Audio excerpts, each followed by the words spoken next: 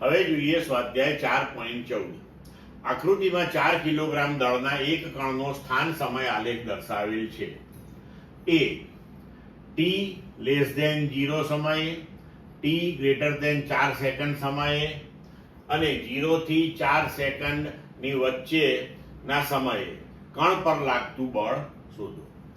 બી t બરાબર 0 અને t બરાબર 4 સેકન્ડ સમયે આઘાત શોધો. ગતિ એક પારિમાણિક ગણો. હવે અહીંયા આપણો આલેખ જે છે એ આકૃતિ એટલી સુસ્પષ્ટ નથી, પણ આ પ્રમાણેનો છે આ આલેખ.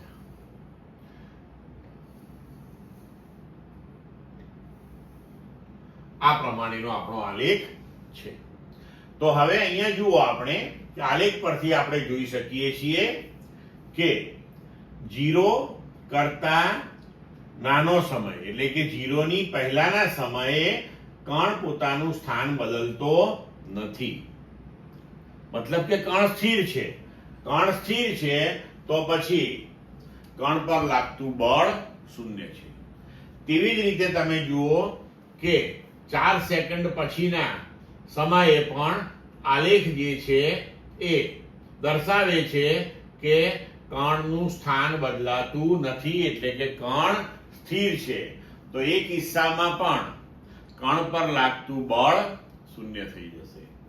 હવે 0 થી 4 સેકન્ડની વચ્ચે સમાન સમયમાં કણ સમાન અંતર કાપે છે, એટલે કે તેનો વેગ અચળ રહે છે.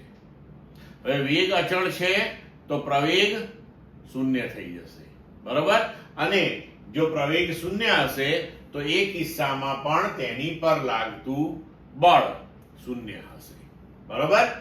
હવે બી જોઈએ કે t બરાબર 0 અને t બરાબર 4 સેકન્ડ સમયે આઘાત શોધો.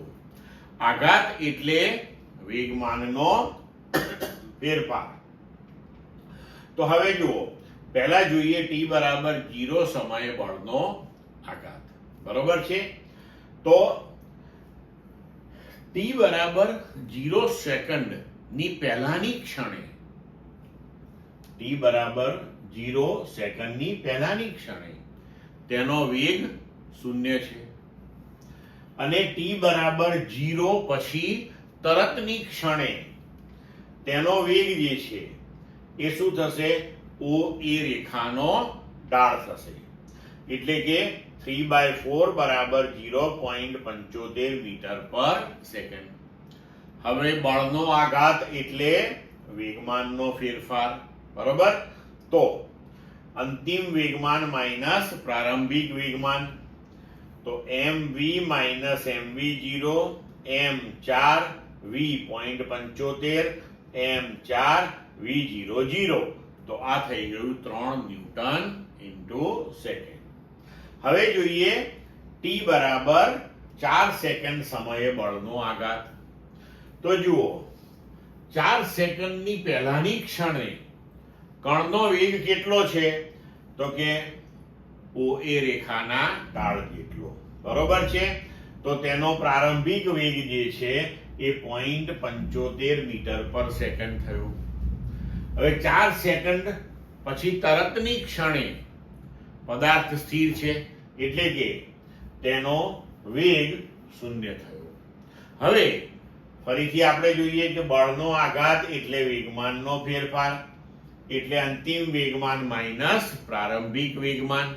તો હવે આપણે લખી શકીએ mv માઇનસ mv0 બરાબર m into v minus v0. એમ આપણને આપેલું છે, v આપણો શૂન્ય છે અને v 0.75 છે.